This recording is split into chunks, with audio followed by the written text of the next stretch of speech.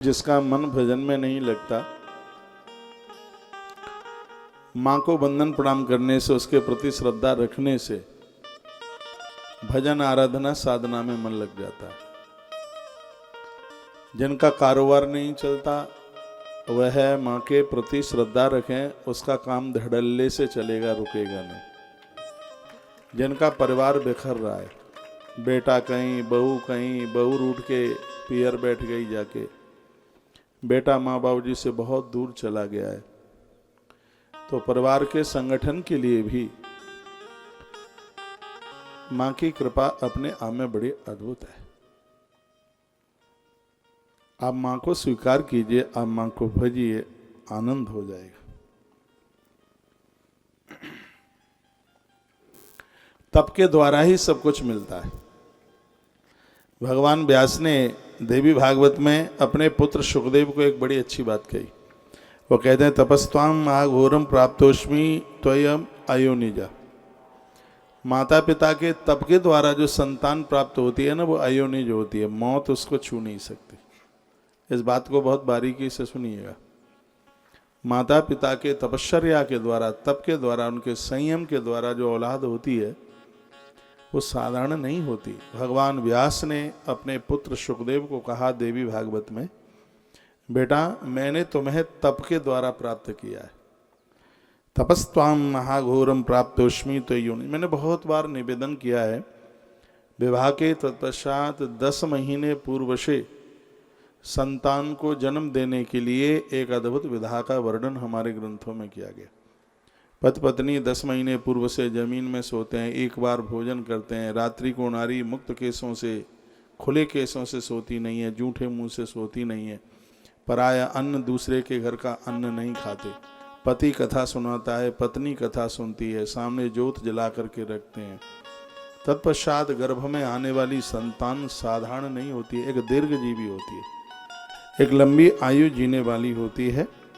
कहा गया है कि गृहस्थ बहुत बेकार है यदि कुपुत्र जन्म ले ले तो, और गृहस्थ बहुत बढ़िया है यदि अच्छी संतान जन्म ले ले तो। सुखदेव भगवान ने गृहस्थ का बड़ा विरोध किया। जब पिता उनका विवाह करने के लिए जा रहे थे, आज की बात को यहीं से आरंभ कर लेते हैं, हर रोज नई बात होती है। देवी भागवत की कथा पूर्व में भी आपने खूब सुनी है और अभी भी सुन रहे हैं, आनंद आवेगा, सुनिए बहुत ध्यान से। जिन्होंने जीवन में सब कुछ यह मान लिया है कि गृहस्थ ही सुखी है, जिनके पास बच्चे हैं, पत्नी है, पति है, बस वही सब आनंदित मगन हैं, तो यह भी एक बहुत बड़ी भूल होगी। और किसी ने यह सोच लिया है कि हम तो अब गृहस्थ में फंस गए हैं, बाबा जी बन गए होते तो कल्याण हो गया होता, तो ये भी एक बहुत बड़ी भूल होगी। तो उसका एक निराकरण, उसका एक समाधान इस ग्रंथ में किया गया है। जाना तो सबको एक ही जगह है, बस अंतर इतना है, महात्मा लोग जा रहे हैं वो बाईपास सड़क से जा रहे हैं, जिसमें कोई जाम नहीं है, मेला ठेला कुछ भी नहीं है, सीधी गाड़ी दौड़ती हुई जा रही है भगवान के चरणों तक। और जो गृहस्थी लोग जा रहे हैं वो भी वहीं जा रहे हैं, लेकिन वो बाईपास सड़क से नहीं जा रहे, तो वो बाजार में, मार्केट के बीच में से निकल के जा रहे हैं, क्योंकि उन्हें कुछ खरीदारी करनी है, उन्हें कुछ लेना है। अब बाजार में तो जाम लगा है। जा तो आप भी वहीं रहे हैं, लेकिन आप बाजार के बीच से जा रहे हैं तो वहाँ पर जाम लगा हुआ है, गाड़ी फंसी पड़ी है। गाड़ी कहाँ फंसी पड़ी है? जाम क्या है? ग्रस्त का जाम ही है। कोई बीमार हो रहा है, किसी की शादी है, कोई कुछ रो रहा है, कोई कुछ रो रहा है, और आप उस सब को देख रहे हैं। जब आप गाड़ी जाम में फंस जाती है तो आप बोर्ड पढ़ते हैं, ये दुकान किस चीज़ की है, ये दुकान किस चीज़ की है, और आपको जाना ही बाजार से, क्योंकि आपको खरीदारी करनी है। साधुओं को, बाबा जियों को तो कुछ लेना नहीं है। अंतर इतना है कि जाम एक दिन खुलता जरूर है। आपने इंतजार किया है, प्रतीक्षा की है, तो आप गाड़ी छोड़ के थोड़ी चले जाते हैं, आप इंतजार करते हैं जाम का।